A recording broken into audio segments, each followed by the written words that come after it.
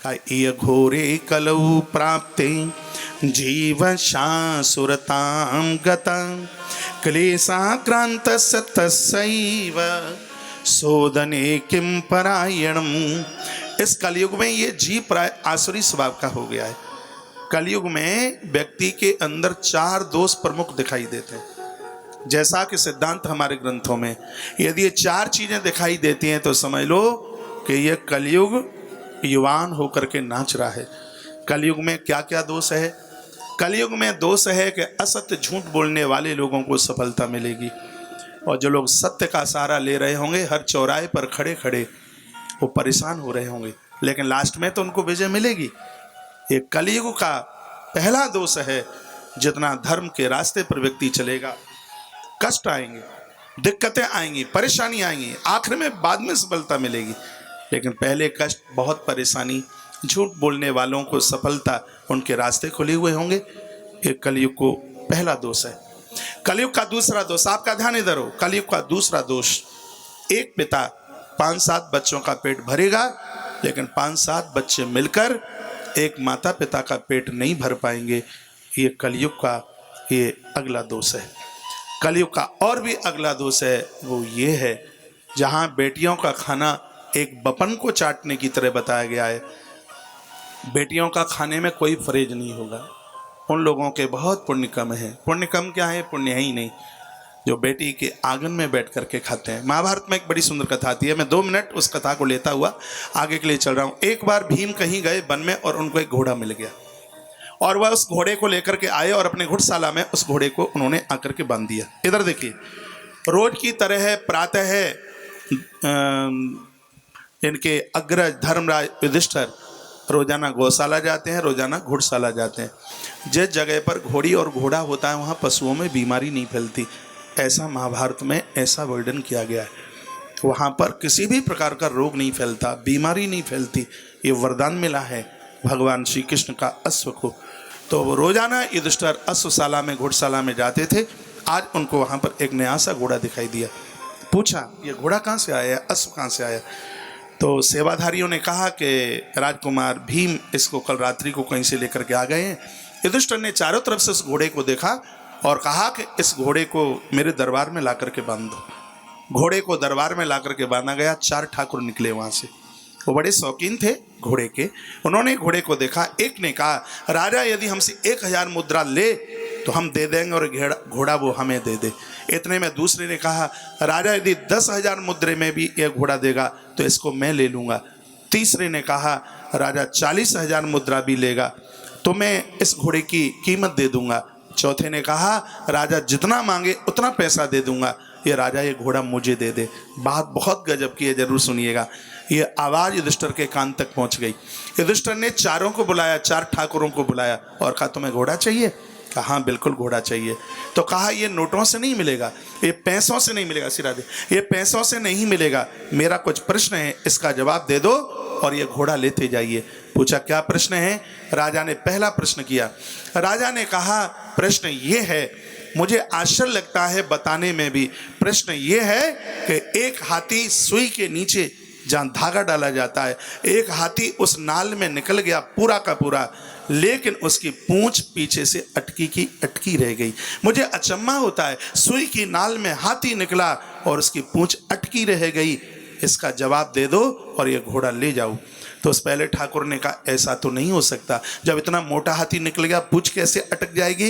युधिष्ठिर ने कहा, ये मैंने देखा है इसलिए मैंने पूछा, इसका जवाब दो, घोड़ा ले जाओ। कहा, हमसे इसका जवाब आता नहीं है। दूसरे का नंबर आया। दूसरे के लिए दूसरा प्रश्न था। उससे कहा कि मैंने देखा एक बीच में बड़ा कुआं था, आसपास और कई कुएं थे। एक कुएं में बाढ़ आती है तो 10 कुएं भर जाते हैं, लेकिन 10 कुओं में बाढ़ आती है तो 10 मिलकर उस एक को नहीं भर पा रहे। इस प्रश्न का जवाब दे दो और ये घोड़ा लेते जाओ।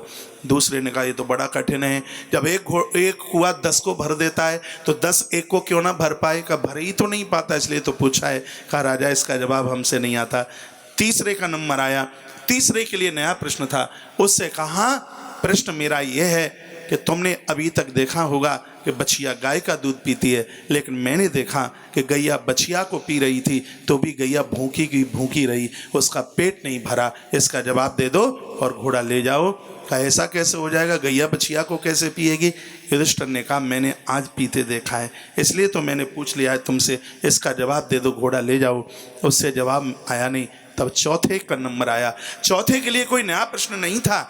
युधिष्ठिर राजा ने कहा तुम तीनों का जवाब दे दो और ये घोड़ा लेते जाओ। ठाकुर ने पूछा एक बार आप दोहराएं, आपका प्रश्न क्या था। कहा मेरा पहला प्रश्न ये था कि हाथी पूरा निकल गया और उसके पीछे से पूंछ अटकी की अटकी रह गई। तब जवाब दिया उस ठाकुर ने चौथे नंबर के ने कहा राजन कलयुग आने वाला है, सावधान हो जाओ। और कलयुग का ये पहला दोष होगा, झूठ बोलने वाले हाथी की तरह निकल जाएंगे और सत्य बोलने वाले पूंछ की तरह अटके के अटके रह जाएंगे। कलयुग में ये बहुत बड़ा दोष होगा। अन्यायी और अत्याचारी, दुराचारी, चरित्रहीन लोगों के गले में मालाएं डल रही होंगी, लोग उनका आदर कर रहे होंगे, लोग उनका मान कर रहे होंगे। ये कलयुग का पहला दोष होगा। धर्मराज युधिष्ठिर ने ताली बजाई और कहा बिल्कुल सही है। दूसरे प्रश्न का उसने जवाब दिया। कहा राजन बताइए दूसरा प्रश्न। कहा एक कुएं में बाढ़ आई, 10 कुएं को भरता है, लेकिन 10 में बाढ़ आती है तो एक को नहीं भर पाता। तो चौथे नंबर के क्षत्रिय ने कहा राजन ये कलयुग का दूसरा दोष होगा। एक पिता 10 बच्चों का पेट भरे, लेकिन 10 मिलकर के एक माता पिता का पेट नहीं भर पाएंगे। ये कलयुग का दूसरा दोष होगा। राजा ने दोनों हाथ उठा के कहा जवाब बिल्कुल सही है। तीसरा प्रश्न ये था कि गैया बछिया को चौंक रही थी, पी रही थी, लेकिन बछिया का पेट नहीं, उस गैया का पेट नहीं भरा। उस समय तो क्षत्रिय रो पड़ा और कहा राजन स्थान छोड़ने की जरूरत है। कलयुग का ये तीसरा दोष है कि ये माताएं, ये पिता लोग बेटियों का खाते रहेंगे, जीवन भर, जिंदगी भर खाते रहेंगे और इनका पेट ऐसे ही नहीं भरेगा जैसे गैया बछिया को पीते पीते उसका पेट नहीं भरता। कलयुग में ये लोग बेटियों का खाएंगे। कथा तो ये भी कहती है जानकी माई के विवाह में दहेज में हाथी घोड़े दिए गए थे। हाथी घोड़े पहुँचे अयोध्या में, उनके सामने पानी रखा, वो पानी नहीं पीते। उनके सामने चारा डाला, वो चारा नहीं खाते। दशरथ राजा ने सूचना भिजवाई जनक राजा के यहाँ, कहा इन सब की मौत हो जाएगी, ये पानी नहीं पीते, ये चारा नहीं खाते। तब राजा जनक ने विचार किया ओहो, जानकी का घर समझ करके इन्होंने अन्न पानी छोड़ दिया।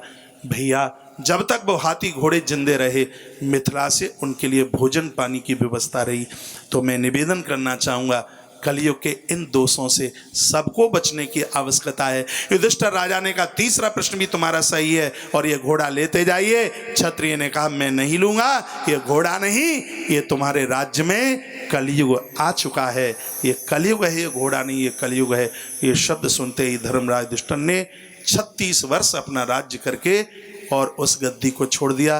कलयुग का आगमन हुआ तो वो रहे नहीं।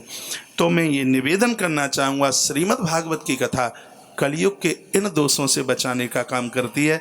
वर्णन किया यह घोरे कलौ प्राप्ते जीवश्चा असुरताम गता। इस कलयुग में जीव प्राय आसुरी स्वभाव का हो गया है, असुर वृत्ति से ये जीवन जी रहा है। क्लेशाक्रांत तस्सैव, सब कलह करते हैं, घर में झगड़े हैं, घर में कलह है, घर में झगड़े हैं। शोधने किम परायणम, हाथ जोड़ करके कहा गुरुदेव ये सब शुद्ध कैसे हो सकते हैं, इन सब का कल्याण कैसे हो सकता है। काल ब्याल मुखग्रास, काल रूपी तक्षक जो कलयुग के जीव को डसने के लिए जा रहा है, कलयुग की मार से बचने के लिए, हे गुरुदेव आप कृपा कर दीजिए, कोई ऐसा ग्रंथ सुना दीजिए जिससे इस जीवात्मा का कल्याण हो जाए।